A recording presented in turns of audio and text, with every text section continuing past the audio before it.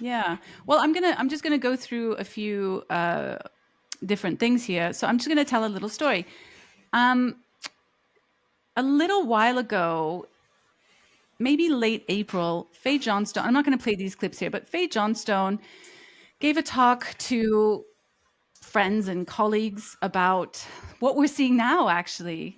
And in that talk, talked about how parental rights was a really strong case for the opposition, and that they really had to change their messaging around parental rights because it wasn't a winner for them, and they really wanted to bring more people on board. Faye could tell that people were kind of not buying what's being sold. And so in that talk was talking about, let's kind of find a new way to get people on board. And lo and behold, now we have this queer momentum week, not queer momentum week, week of action.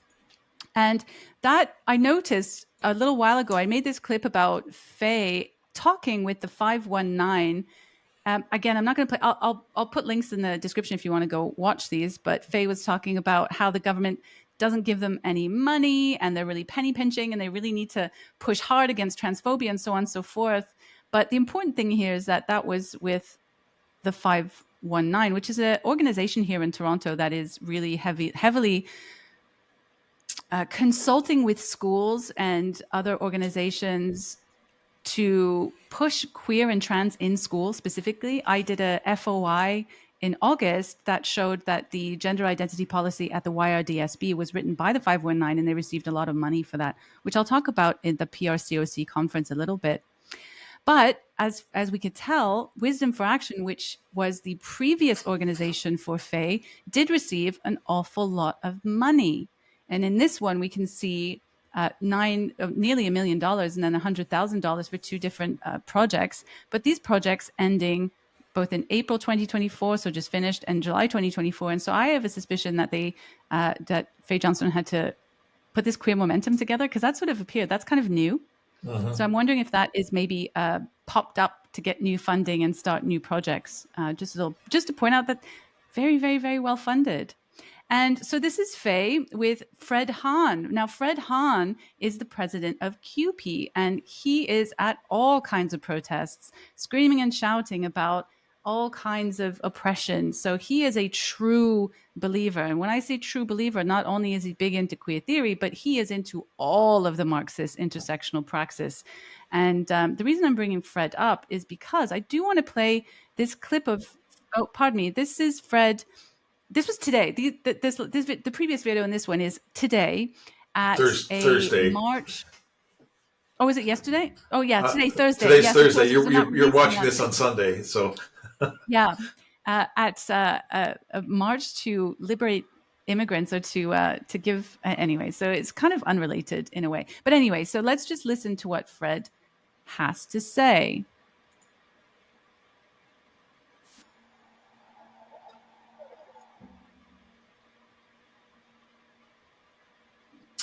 I don't have sound on this side. Oh, let's try it, because I did full screen. Maybe it doesn't work full screen. Can you hear it now? No, check your volume. Oh, it's up. Weird. Can you not hear it? No. So maybe splice it in afterwards. Okay, I'll splice it in afterwards. Just give me a second.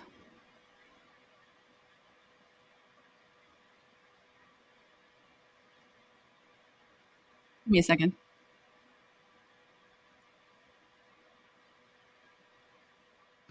The reason I wanted to share this video is because I haven't heard it, so I'm just going to go off the cuff from what I remember. But Fred is talking about being the president of CUPE, and how CUPE has, I think he said, 700,000 members across the country. And that he said, we're like this with the 519. With what we want, the 519 wants, and what the 519 want, we want. And we saw Faye speaking with the 519. We saw Fred chummying with Faye. And we know that the 519 is a very corrupt ideological organization that is literally trying to queer schools, and they are deceptive. I've done a number of videos sort of talking a little bit about the 519 and how they manipulate the meaning of queer. They know the meaning of queer. These are true believers, but they manipulate that to make it more acceptable for the liberal ear, to make it more acceptable. And if you don't agree with it, all of these unions, so um, they punish their employees, right? So these heads of unions are making or pushing this onto their union members who often don't know that's what their money is going to. And if they don't agree, if they say anything, they can literally get punished. It's really, really important to understand the networks of power within the unions Yeah. and how queer is a really, really important part for them to support and push. So again, I'm not going to play this one, but uh, this is at the People's Circle in Toronto. This is Fred going with Palestine. Now, what does Palestine have to do with queer oppression? What does it have to do with the unions? Well, it's very important to understand that the unions aren't just the reason that they attach themselves to a lot of causes, and the Palestine cause is a really important cause because no one is free until we're all free. This is a very common communist saying. And so they have to be part of all the liberation movements. Now, I don't know how the Muslims are going to feel about this come Pride season. We have Pride season coming up. I think it's Pride month in June. That's only a couple weeks away. But I would doubt that they would let this go now that they feel like they have connections with Muslims. Now, in the first Queer Momentum video from Faye Johnstone, one of the points in there was pointing out that the Million Marches had such a diverse, racially diverse group of people marching. And that's a real problem for them, for their messaging, because they felt like the queer group didn't have the same ethnic diversity. And for Yeah. them, intersectionality is really important.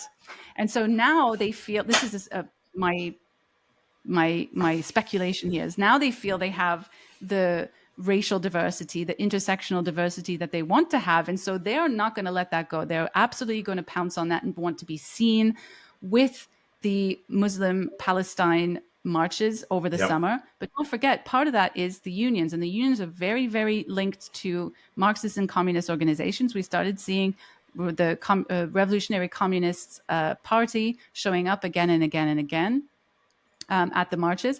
And just to point out, this is Faye Johnstone, I think about a month ago. Oh, it says April. So maybe it was about a month ago, Yeah. The governor talking to generals. the Governor General, who is supposed to have a position, a representative from the King of the UK, which is a non-partisan position. But Faye Johnstone went and talked to the Attorney General about hate in Canada.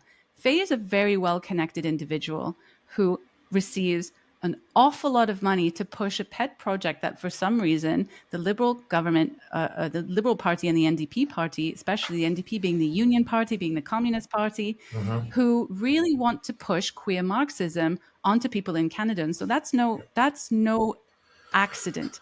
And I just wanted to share that. Okay, so this is just one of those pictures that you were talking about You're here. Is one one of of your the favorite guys, Randy one of Boissonneau. my favorite guys. Yes. But just to point, Faye, we haven't seen the prime minister put out one of these, but I won't be surprised if he did, because so many political leaders have been supporting this, and it's really important for them to show solidarity for queer Marxism.